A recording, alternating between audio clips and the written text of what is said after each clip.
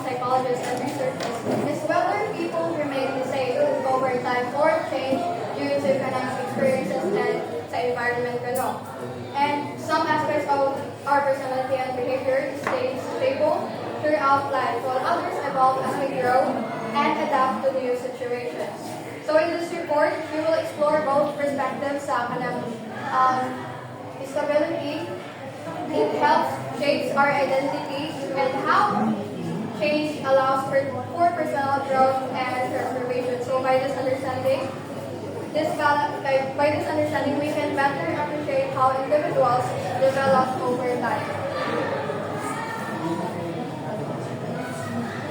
So now let's discuss the stability.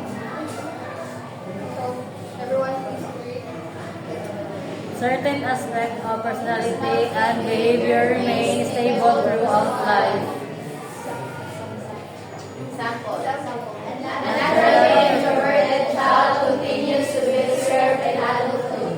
Factors. Genetics, early childhood experiences, and environment.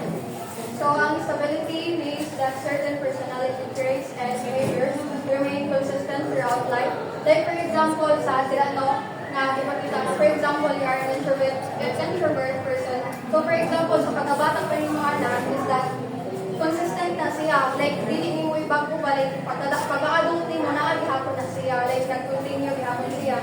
So this happens due to the factors like genetics, which influence temperament. So when we say temperament, no, it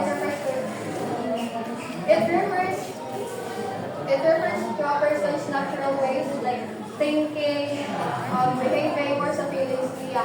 And not siya sa early time sa ato ang kinabuhi. Ang ato ang core traits often stay the same. When we say traits, diba, it is a natural characteristics sa tao. Like, unsa may mga examples sa mga natural characteristics sa isa ka tao? Like, none siya sa behavior. Isa? Maldita. O maldita. Hilig mag-compare sa body. O, nana. Traits na. So, that is one of the examples of human traits.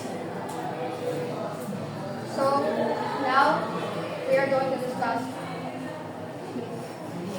change in human development. Okay, basa.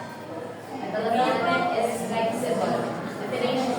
People can grow and change due to experiences and environment. Example. A once impulsive teenager learns self-discipline through life experiences. Factors. Education, relationships, significant life events.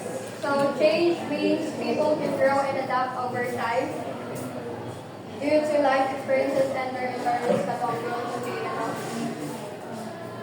unlike stability, which keeps traits na mga consistent lang siya. Ang kaning change, it allows individuals to develop new behaviors and skills. Like for example, we develop or ma-change na tungkol kay atong yung truba, atong kaugaling mo niya.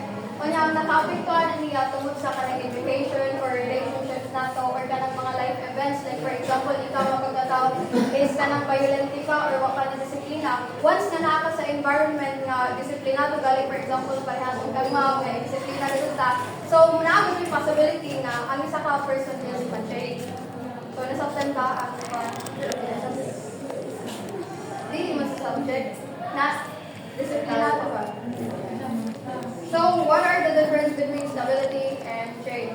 So, stability means some traits stay the same throughout life. So, katong giingon mo, katong mga natural characteristics niya. Whether, pwede mo pa na niya nga, dili niya one po na niya kanang pagkamawawon, or pwede po na niya i-develop nga, di na siya mag-uwo. Depende na sa isa katao.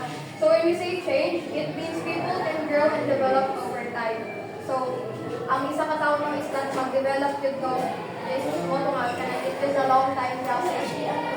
So, back and questions those.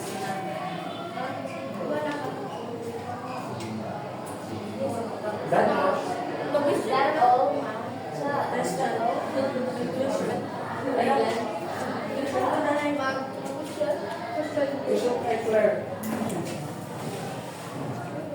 How stability and change impact to human development? So, kana siya is makatawag na Kanang makatabang na siya para mas mapa-improve gaya atong kaugalingon. Like lagi na sa, for example, again, kung ikaw mawawal ka mapagkatao, which is na may chance na ma-change nimo ang imong kaugalingon. Oh, it depends sa imong asawa if whether you change it or not. Sige, so that's the end of my report.